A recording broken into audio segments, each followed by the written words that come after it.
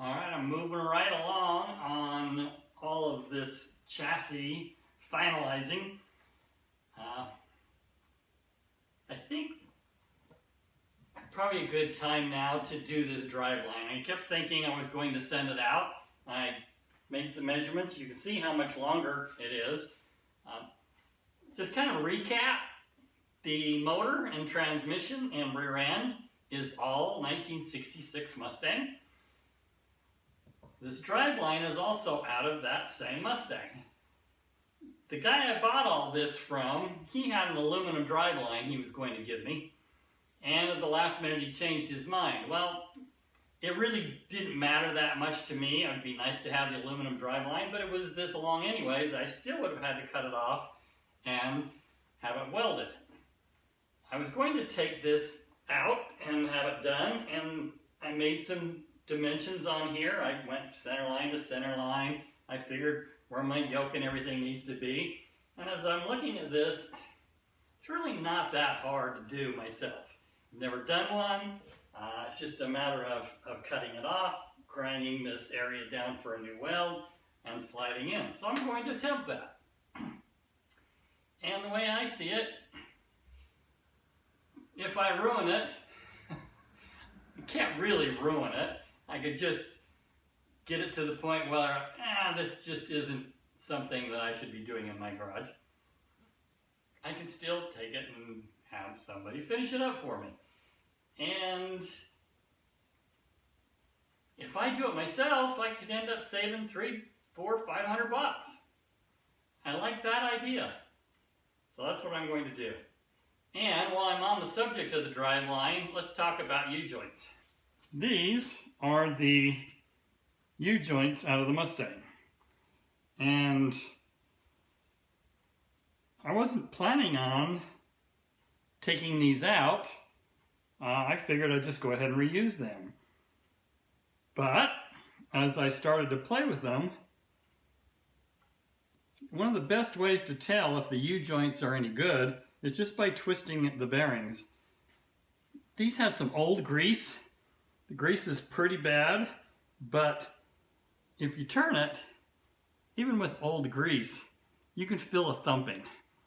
And I don't think it's old bad grease. So I look at it, and sure enough, I can see little ribs where this has worn a pattern into the bearing face. Same thing with the larger. I can really feel it in these large ones. These went to the rear yoke. These two go to the Driveline. I don't know if you can really see that in the camera, but there's some ribs in there. You can definitely feel it. So I know that one's bad. And the same thing with this one. I can see a real obvious wear pattern in this, and I can actually feel it with my fingernail. And I can hear it in those caps. So if you are trying to decide whether or not to replace your U-joints, you can feel it in the Driveline. I mean, if you can feel it and it's clunking, they definitely need to be replaced.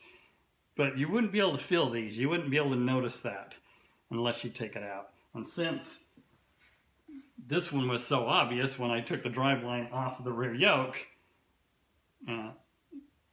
I assumed that the front one was bad, so I took it out, and sure enough, it was bad as well. Speaking of new, I was really surprised how difficult it was to find the correct U-joints for the 66 Mustang. It's amazing how many options there were in 66, but I did finally find them. They turn nice and smooth, and I'll be able to install these once I cut that down. So, from center to center, it needs to be 38.5. So now I'll measure what it actually is, and then have to subtract for that area, so that when I cut this off and re-weld it, I'll have it exactly this dimension. And while I'm talking about cutting it off, the original weld, there was probably a gap that they used to fill that gap with weld. A lot of guys will cut that weld right down the middle, and then they'll grind it away and bevel it, and then they have a really difficult time finding this edge. So start by cutting just to the edge of that weld, and then you'll be able to find the end of this tube a lot easier, and then bevel this off for when you weld it back in. And this tube is not very thick. It's probably just over 1/16 of an inch thick wall, so you don't have to go very deep. Try not to go too deep and end up damaging that surface that you're going to be remating to. And it will overlap in here maybe an inch, inch and a half. So we'll see when I get that cut. Now to ensure I have exact line where I want to grind off, I'm going to wrap a piece of paper around it, and then as long as I have these overlaps exactly in line, it's exact cutoff point.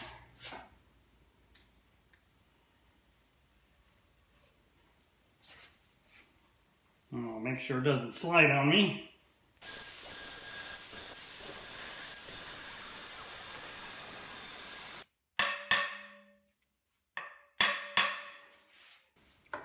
I'm tapping on it as I go around, and I'm looking to see if I can see any relief in that fitting. I need to cut it down a little bit more.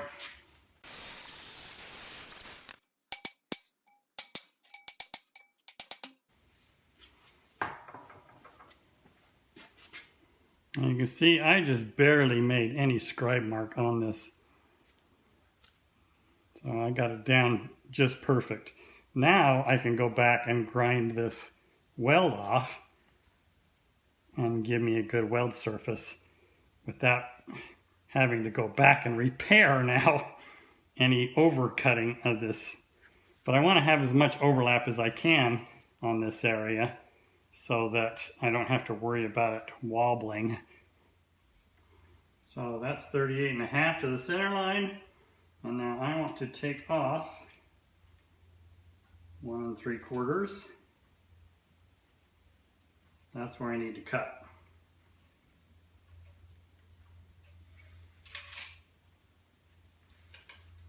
Now, the old saying, measure twice, cut once.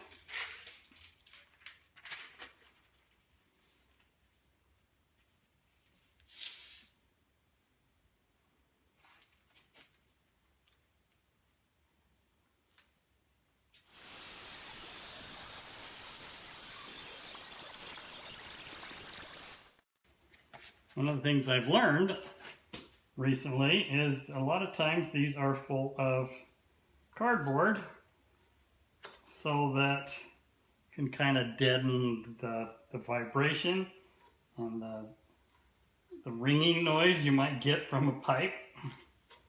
And this is no exception. This one though is an actual column tube. If I can get it to come out, there we go.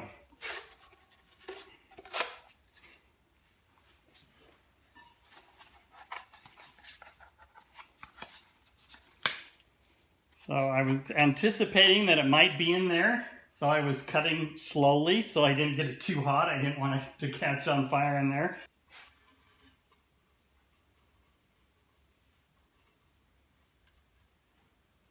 Actually slid in there pretty easily. It's in there about that far. I think I'll slide a little bit further if I can. There we go.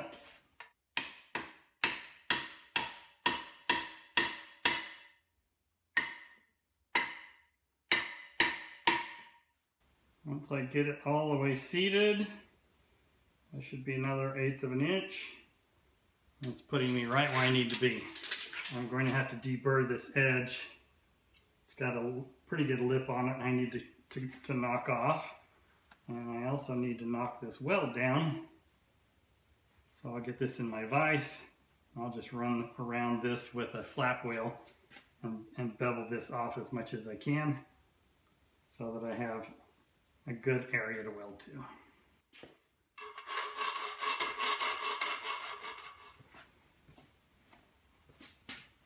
Now, to make sure both of these ends are the same, I've got it flat so it rocks on that end. I'll do the same thing on this end. Once I get it set where I want it, then I'll make sure they're both completely straight across from each other.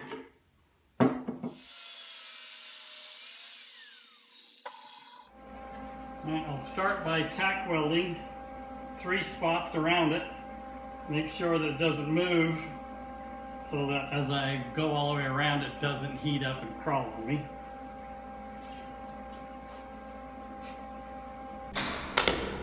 Okay, now I'll just go all the way around.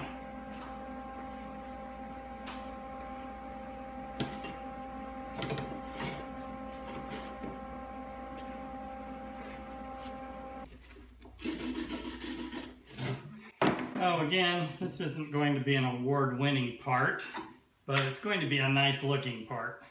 I'm not going to just put a rusty Driveline back on. And I want to make sure to clean it up good, so I'm just going to clean it up with some lacquer thinner. And then I can paint it. You can see I hit it with the grinder real quick.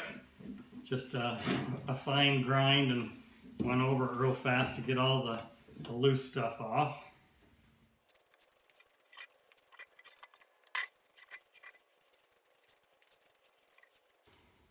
I'm not too worried about getting a lot of paint in these holes, because when I drive those caps in, it'll just push all that paint out of the way. Now if that was powder coated, different story.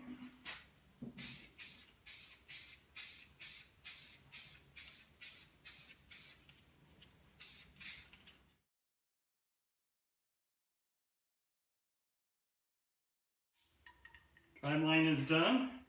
And once I get a good cure on this paint, I'll be able to test it out. I'm getting this cleaned up for the end of the transmission. I want to make sure to clean the surface up as much as possible. Also need to inspect to see if there's a groove where this has been wearing on either the tail housing or the seal. Typically the seal will wear a mark. The rear seal on the transmission was hard as a rock. So I was worried that there was going to be left quite a groove on this, but it really didn't. There's no scarring. So one thing I wanted to make sure where the groove was from the prior seal, I wanted to get it on either side of that groove. So since this had such a large area that goes into the transmission, the actual teeth where the spline comes together is in this area, so I didn't want to come out too far on here and actually have it start to wobble. So I've come in about in this area, so I really want to clean this up good.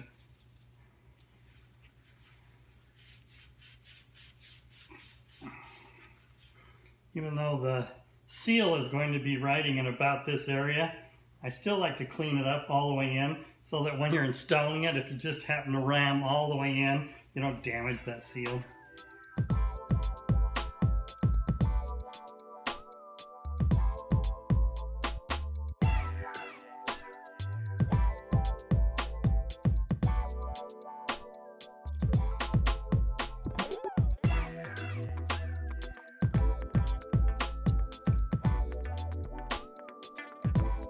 At this point, I'm not going to put the C-clips in to hold it on each side, just in case I have to move this off center in order to get it to align to the actual drive shaft.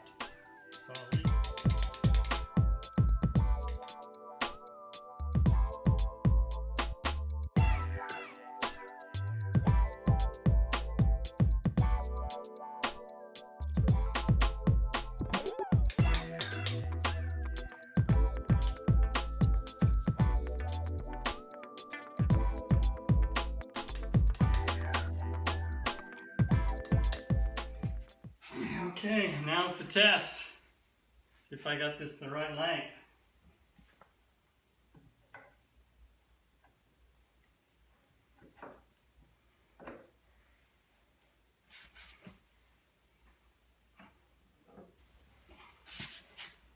Oh man, it is perfect.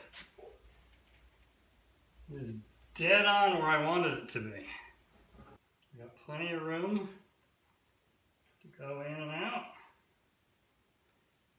And that's a good 1.5 inches. So easy 3 inches of travel, which I don't need anywhere near that much.